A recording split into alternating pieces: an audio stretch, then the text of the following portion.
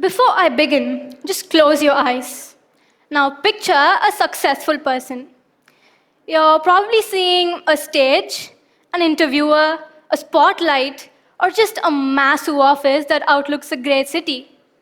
But why don't we picture a person sitting on a porch, drinking warm coffee, and just admiring the sunset? Why is that? Why have we been conditioned to believe that a quiet, ordinary life is a life wasted? We've been sold to this very specific brand of success. It's loud, it's exhausting, and it's expensive. We're told that if you're not the best in the room, then you're just background noise. That is why we have all developed this very new quiet phobia called the koinophobia, which means the fear of being ordinary. Hello everyone, I'm Sadhana and I'm here to ask, since when did being normal start feeling like an insult? We've all felt this panic, not of failing, but of being unsuccessful. Not invisible, not ordinary, just unsuccessful.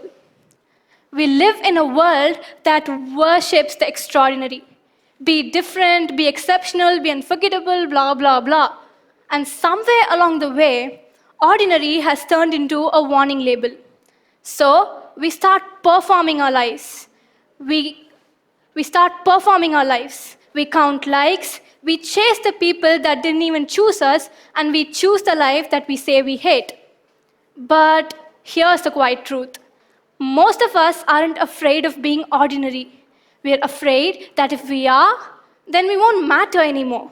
So we stay busy, we stay loud, we stay exhausted, just to avoid that terrifying thought that maybe our life won't stand out. But let me ask you a question. How many of you scroll through social media or just looked at others and wondered, why doesn't my life look like that? Why does everyone else seem ahead of me? Wait, that is not the question here.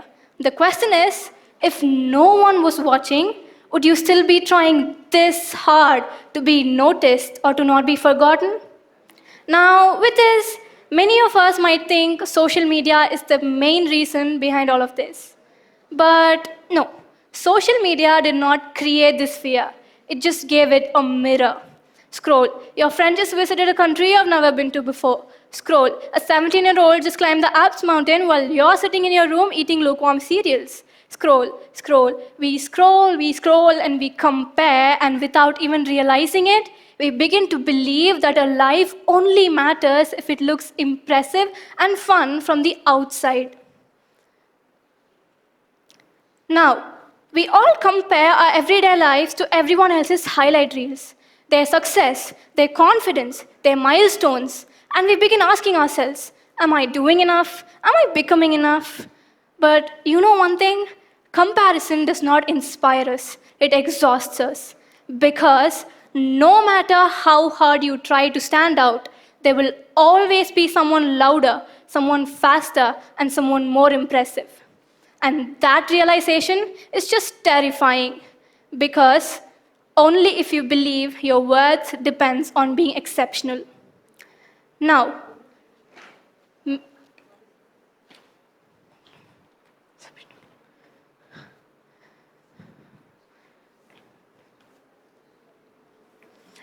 just close your eyes and think about the moments that shaped you.